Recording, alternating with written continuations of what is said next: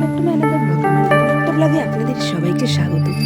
আজকে আমি আপনাদের জন্য খুব সুন্দর একটা টিফিন রেসিপি নিয়ে এসেছি। আশা করছি ছোটোর থেকে বড় প্রত্যেকের ভালো লাগবে। দেখে তো বুঝতেই পারছেন এটা কি। হ্যাঁ, এটা হচ্ছে কচুরি। তবে একদম অন্যরকমভাবে এই কচুরিটা আমি বানিয়ে দেখাবো। আজকে আমি দেখাবো ছাতুর কচুরি। এর জন্য এখানে আমি ছোলার ছাতু নিয়ে নিয়েছি 1 কাপ। এখানে বড় পেঁয়াজ একটা কুচিয়ে নিয়েছি, 2টো রসুন কুচিয়ে নিয়েছি আদা কুচি, আর ঝালের জন্য কাঁচা লঙ্কা কুচি। প্রথমে কড়াইতে দিয়ে দিচ্ছি সর্ষের তেল। এখানে কিন্তু সামান্য পরিমাণে তেল লাগবে। তেলের মধ্যে ফোড়ন দিয়ে দিলাম হিং, কারণ কচুরি মানেই হিং, হিং ছাড়া চলবেই না। এইবার তেল গরম হতেই এখানে দিয়ে দিলাম পেঁয়াজ, আদা, রসুন, কাঁচা লঙ্কা সব কিছু দিয়ে একটুখানি ভালো করে 5 মিনিট ধরে ভাজা ভাজা করে নেব। ফিরে এলাম 5 মিনিট বাদে। দেখুন বন্ধুরা, অনেকটা কিন্তু ভাজা ভাজা হয়ে গেছে। তো আমি আরেকটুখানি নেড়ে চেড়ে নিলাম 2 মিনিট ধরে। এইবার এখানটায় দিয়ে দেব ছাতু। ছাতু দিয়ে কিন্তু খুব সুন্দর করে নাড়াচাড়া করে ভাজা ভাজা করতে হবে। আমি নুনটা একটুখানি পরে ইউজ করব, কারণ প্রথমে একটুখানি ভাজা ভাজা ভালো করে নিই তারপর। তো দেখো বন্ধুরা, 5 মিনিট ভেজে নেওয়ার পর ফিরে এলাম। ফিরে এসে এখানটায় সামান্য নুন কিন্তু আমি দিয়ে দিলাম। তোমরা যারা যেরকম লবণ পছন্দ করবে দিয়ে দেবে, কারণ আমি এখানটায় নুন কম দিলাম, কারণ ওপরের খোলটা যেটা সেটাতে কিন্তু নুন থাকবে, সেই জন্য। তো দেখো, ছাতু আবার নেড়ে চেড়ে নিলাম একটু ভালো করে। তো নাড়াচাড়া করে দেখো ছাতুটা কিন্তু আমাদের ভাজা হয়ে গেছে। এবার ছাতুটাকে নামিয়ে নেব। আর এদিকে কড়াই বসিয়ে কড়াইতে দিয়ে দিলাম সর্ষের তেল। তেলটা একদম লো ফ্লেমে গরম হতে দিলাম। এদিকে এবার কচুরির ডোটা বানিয়ে নেব। ময়দার মধ্যে দিয়ে দিলাম সামান্য জোয়ান, স্বাদ মতো নুন, স্বাদ মতো চিনি, আর দিয়ে দিচ্ছি ময়ম। 3 চামচ সাদা তেল কিন্তু আমি নিয়েছি। তো এইবার সব কিছুকে খুব ভালো করে ময়দার সঙ্গে মিশিয়ে নিতে হবে। ভালো করে মেশাতে হবে, যাতে করে সব ময়দার সঙ্গে তেল এবং মশলাগুলো ভালো করে মিশে যায়। যত ভালো করে ময়ান দেবেন তত কিন্তু কচুরিটা খেতে ভালো হবে। তো দেখুন, আমি কিন্তু খুব ধীরে ধীরে ভালো করে ময়দাটাকে ময়ান দিয়ে দিচ্ছি।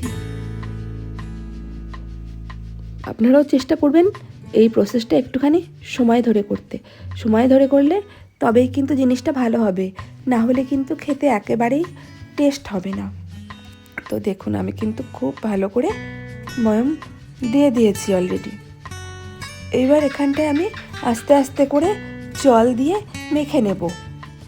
এখানে কিন্তু কোনো গরম জল আমি ইউজ করিনি, একদম নর্মাল টেম্পারেচারের জল আমি ইউজ করছি। নর্মাল জল দিয়ে কিন্তু আমি আস্তে আস্তে করে ময়দার ডোটাকে বানিয়ে নেব।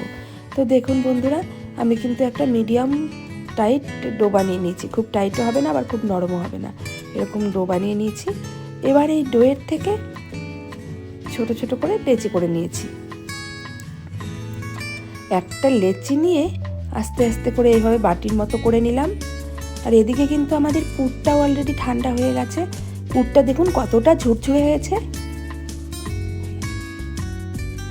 এবার লেচির মধ্যে যতটা বেশি করে পারবেন পুর দেবেন, কারণ পুর যতটা বেশি হবে না, কচুরি কিন্তু ততটাই টেস্ট হবে খেতে। তো দেখুন, আমি একটা সাইড থেকে এভাবে আস্তে আস্তে আস্তে আস্তে করে পুলির মতো করে প্রথমে বন্ধ করলাম। তারপরে দুপাশ থেকে টেনে পুরো মুখটা বন্ধ করে এবার হাতের সাহায্যে একটুখানি গোল করে নিচ্ছি।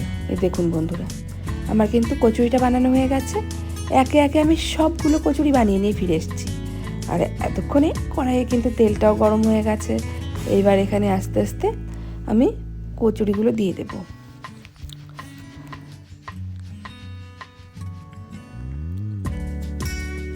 দেখুন, এখানে আমি 3টে কচুরি দিলাম, কারণ বেশি আমি দেব না, এই 3টে করে এইভাবে ভেজে নেব।